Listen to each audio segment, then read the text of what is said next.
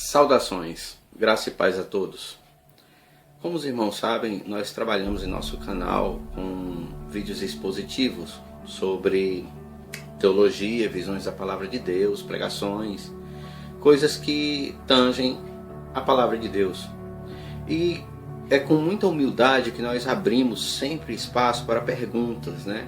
A gente deixa disponível na descrição do vídeo sempre o e-mail para que os irmãos possam, ou qualquer um, a partir da sua vontade ou necessidade, fazer qualquer pergunta. Nós não somos o dono do conhecimento, mas com certeza nós temos muito boa vontade. E nós temos uma pergunta enviada pelo senhor Gilmar, lá de Brasília. Uma pergunta extremamente interessante, que ele fala assim: tendo em vista que em Romanos capítulo 13 recomenda plena submissão às leis vigentes no país, então ele pergunta se um juiz não seria um elemento muito mais importante do que um pastor, inclusive no plano espiritual, podendo até ser chamado e adjetivado como sacerdote na sociedade atual. Bem, meu amigo Gilmar, vamos à sua resposta. Mas antes de começar a responder, eu gostaria de condividir com vocês um pequeno vídeo que vai fazer parte da nossa resposta e parte da nossa reflexão. É importante que você preste muita atenção para que você então possa alcançar o nosso arremate no final. Fique e veja. É um vídeo curtinho e depois a gente vai para as respostas.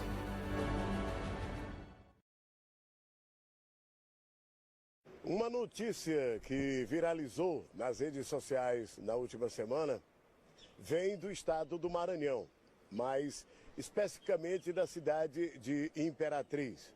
É que lá aconteceu um fato inusitado. É que este senhor que vocês veem aí na fotografia é o senhor Merinaldo Pereira. Ele entrou na Justiça do Maranhão pedindo que o amante da sua esposa devolvesse a mesma para ele. O Tribunal de Justiça, então, ouviu a mulher e pediu para ela ficar uma semana, determinou que ela ficasse uma semana com o marido, outra semana com o amante. Só que ela sumiu com o amante. Assim, ele voltou.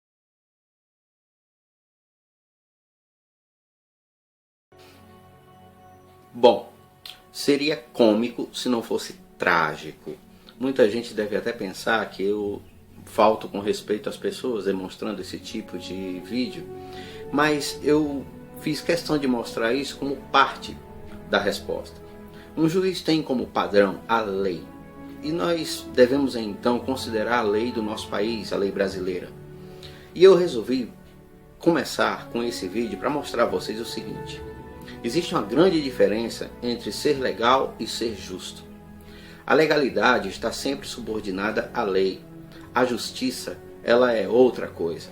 A justiça está acima, inclusive, da lei, mesmo que muitos acreditem que a lei está aí para a manutenção da justiça.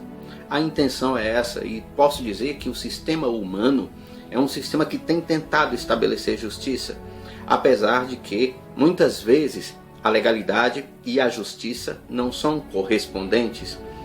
Em algumas situações, a lei permite, por exemplo, que um filho tome a casa da própria mãe. Em alguns casos a lei permite isso, mas eu te pergunto, isso é justo? Sabe, eu ainda vou mostrar outros fatores a respeito da lei. Leis simplesmente esdrúxulas, ridículas, sem nenhum fundamento, mas que os juízes eles têm que magistrar em cima dessas leis. Eles precisam exercer o seu trabalho em cima, com base nessas leis. Leis que são compostas pela necessidade humana, ou seja, o homem vê uma problemática, interpreta como se pode prevenir ou resolver essa problemática, e assim se instauram as leis através de um sistema legislativo complexo. Ou seja, conclusões humanas que geram leis humanas. Vamos ver um pouquinho mais dessas leis. Bom, eu não sei se você já se informou a respeito, mas cerca de 18 leis são criadas no Brasil a cada 24 horas. Segundo o Instituto Brasileiro de Planejamento e Tributação, o IBPT, de 1988, na data em que a nossa Constituição foi promulgada, até 2016, mais ou menos 5 milhões de novas normas, regras, leis, projetos de leis foram criados. 5 milhões. Aí depois o pessoal fala que Brasil não tem lei, ele tem excesso. E outra coisa, a natureza dessas leis, a natureza dessa situação gera muita confusão, como a decisão do vídeo que eu mostrei para vocês. Eu gostaria de saber com base em que foi decidido, foi arbitrado, obviamente por um juiz, esse revezamento em que a senhora devia estar uma semana com o marido e uma semana com o amante.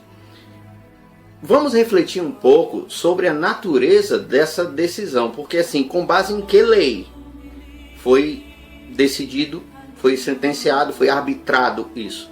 Então, a gente tem que ver que o juiz ele trabalha em cima da lei, é uma autoridade legítima, merece todo o nosso respeito, merece toda a nossa consideração e reverência, mas devemos fazer uma profunda reflexão sobre a essência do trabalho deste profissional, que é a lei. Bom, em cima disso, a gente precisa então analisar algumas leis muito curiosas que existem no nosso país, ou algumas delas não chegaram a existir como leis, mas pelo menos houve o projeto de lei, o que já é um absurdo. Preste bem atenção. A Lei 1840 de 95, lá de Barra do Garças, Mato Grosso, que prevê a construção de um aeroporto alienígena. Agora presta bem atenção. Uma cidade de 55 mil habitantes, em que existe a lei para que se faça um aeroporto de alienígenas. Você agora me diga, porque as pessoas elas não têm noção da repercussão de uma lei. Aí o cara faz uma lei dessa, aeroporto de alienígenas, beleza? Lei 12.208 de 1975 de Manaus, uma lei muito curiosa também, que ela proíbe a abertura entre a sala e a cozinha. Significa dizer que se na construção da sua casa houver uma passagem entre a sala e a cozinha, você é multado, ou seja, você sofre uma sanção legal. Uma lei que se preocupa, ou seja, houve uma legislatura, houve uma preocupação, um debate, uma votação, e por final um juiz vai trabalhar em cima de uma lei que vai arbitrar sanções em cima de alguém que não observar que o projeto da sua casa fez uma abertura entre a sala e a cozinha. Vai vendo que tipo de lei tem no Brasil. Lei 4.314 de 1998, cidade de Bauru, São Paulo. Essa lei arbitra a maneira certa de fazer o sanduíche Bauru. Ou seja, nós temos uma lei que diz que se você fizer diferente disso, é um sanduíche ilegal. Agora para e pensa.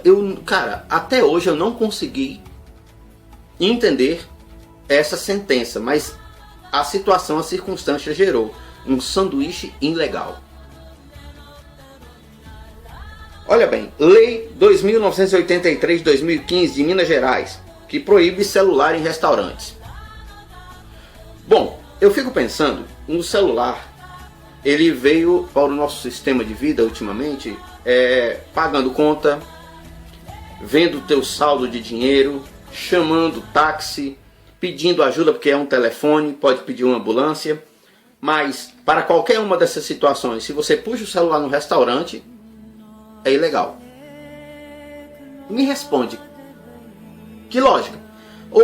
Importante, cada uma dessas leis, houve a preocupação, porque eu fiz uma pesquisa para saber o que justificava cada lei. Não encontrei. Vou colocar na descrição do vídeo as fontes, porque eu não quero aqui ser taxado de falar abobrinha. Vou colocar de onde tirei cada coisa. Lei 0082 do ano de 97, de Bocaiúva do Sul. Proibido camisinha. É isso mesmo, proibido preservativo. Agora, a situação de saúde pública doença sexualmente transmissível, AIDS, controle de natalidade, né? Tem senhoras que não podem usar anticoncepcional, ainda não tiveram a oportunidade de fazer laqueadura, ou seja, o marido usa o preservativo para controle de natalidade, que é uma questão também social, ou seja, proibido usar camisinha. Esse proibido usar camisinha tem uma repercussão. Agora, vamos fazer o link. Desde aquele vídeo que eu mostrei, em que foi arbitrado o revezamento de uma senhora entre o amante e o marido, que passa pelo trabalho do juiz. Essas leis que pautam o trabalho do juiz. Eu agora te pergunto, um juiz, em cima da essência do seu trabalho, ele pode ser confundido de algum modo com a autoridade eclesial? Quero que você entenda uma coisa. A lei de fundamentação humana, ela exige o seu profissional, que é o juiz. E o nosso país, o nosso Estado, ele é laico. Significa dizer que ele inspira as suas leis fora da dimensão espiritual. Ou seja, um juiz, ele tem a competência de defender a sociedade a partir dessas leis. Em um Estado laico, o pastor, ele tem a sua competência em cima do estudo, da pregação e de lecionar a palavra de Deus.